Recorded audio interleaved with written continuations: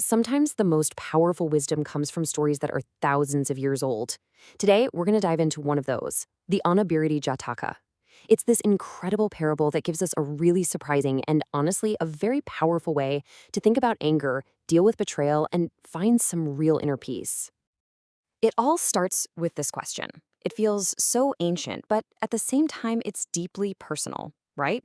This question is the absolute core of the story we're exploring. And when the Buddha was faced with this puzzle, he didn't just give an order. No, he told a story. And here's what's so cool. This story doesn't start in some far-off mythical time. It begins with a problem that is incredibly human, something you or I could easily face. It's about a devout follower of the Buddha who is just wrestling with this immense pain and anger.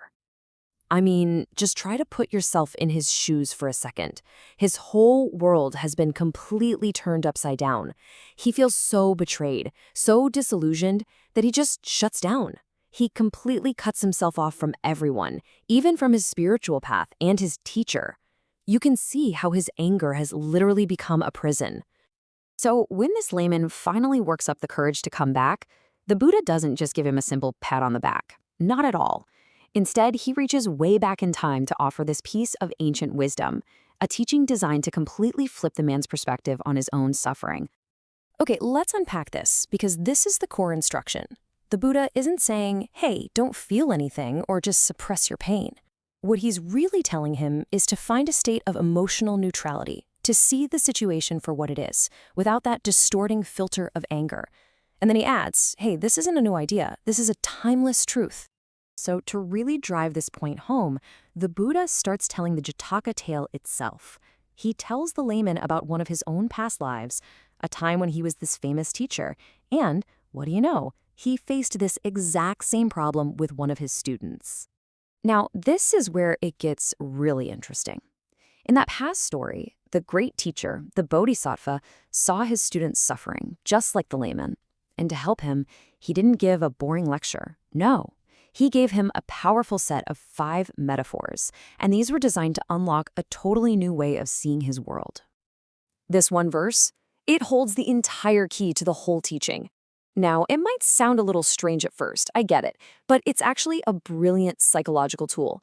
The teacher compares the source of the man's pain to 5 things that are public, that are shared, and that helps us understand how to deal with things we just can't control. All right, so here they are, the 5 comments: the river, the road, the tavern, the public hall, and the drinking well. Let's break down what the teacher actually meant by this, because the real wisdom is hiding in the details of each and every one of these comparisons. Okay, first step, the river. Think about it. A river doesn't belong to any single person. A king can use it, a commoner can use it. You wouldn't get mad at the river itself for letting someone else drink from it, right? Its very nature is to be open to everyone. Second, the road. It's a public path. It's for everybody. You don't get angry at the road for letting other people walk on it. That's what it's for. It's a shared path for all of us. Third, we have the tavern. Its doors are open to the public. You can't really get angry at the tavern owner for serving another customer. Its whole purpose is to be a place where people can gather. And fourth, the public hall. It's built specifically to give shelter and rest to any traveler who needs it. It's a common good, it's not private property, its entire function is to be available. And finally, the well. It's put by the side of the road for one reason, so that anyone who's thirsty can get a drink. The water is there for the public. It doesn't pick and choose. So let's be super clear here. The point of these metaphors isn't to judge anyone, not at all. They're a tool. They are designed to steer your mind away from that feeling of a personal attack and move it towards a state of objective understanding, a state of neutrality.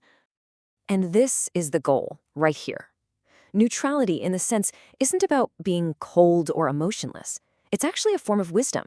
It's about seeing that some things in life, well, they're just like that river. They flow according to their own nature.